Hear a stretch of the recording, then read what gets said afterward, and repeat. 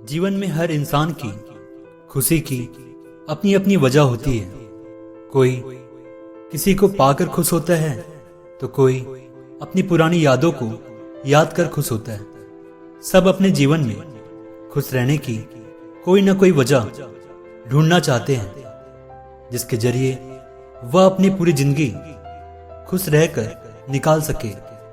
पर आप में से कितने लोग ये मानते हैं कि आपको अपनी खुशी की वजह मिल चुकी है जिसके जरिए आप पूरी जिंदगी खुश रह सकते हैं? शायद बहुत कम लोग ही ऐसे होंगे जिसे यह अपने जीवन में नसीब हो पाया हो।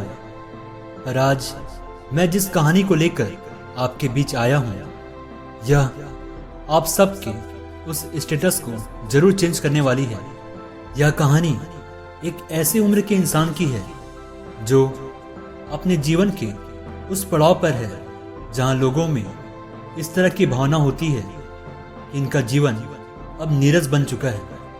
पर आज मैं जिस व्यक्ति से आपको मिलाने जा रहा हूं, इनकी खासियत यह थी कि यह हमेशा अपने जीवन में खुश रहते थे।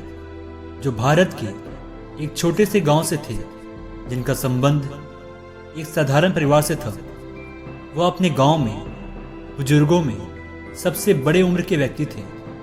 जब वे साधारण कपड़ों के साथ गांव में निकलते तो लोग आपस में ही बातें करने लगते कि इनके जैसा सुखी कोई नहीं है, ये काफी भाग्यवान इंसान है। दरअसल उन्हें कभी किसी ने निराश व उदास देखा ही नहीं था।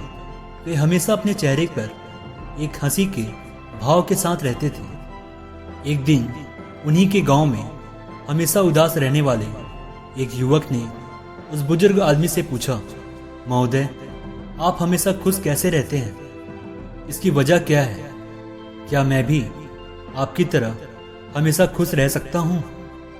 उस बुजुर्ग व्यक्ति ने जिस तरह उस व्यक्ति के प्रश्नों का उत्तर दिया है, यह आपकी जिंदगी की दशा और दिशा जरूर बदल सकता है।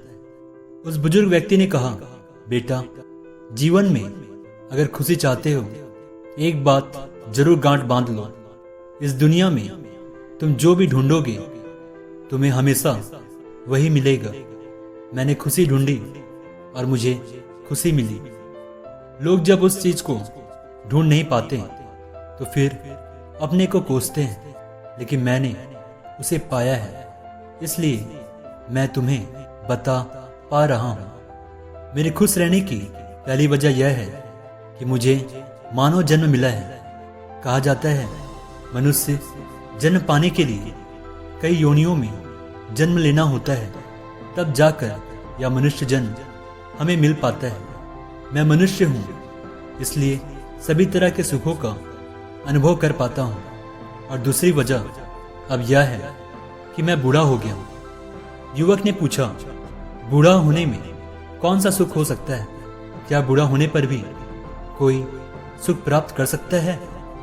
उस बुजुर्ग व्यक्ति ने कहा, बेटा, जीवन की दूसरी सीख मैं तुम्हें देना चाहता हूं। जीवन में सुख और दुख दरअसल होता ही नहीं है। सुख और दुख हमारे मानने और ना मानने पर ही निर्भर करता है।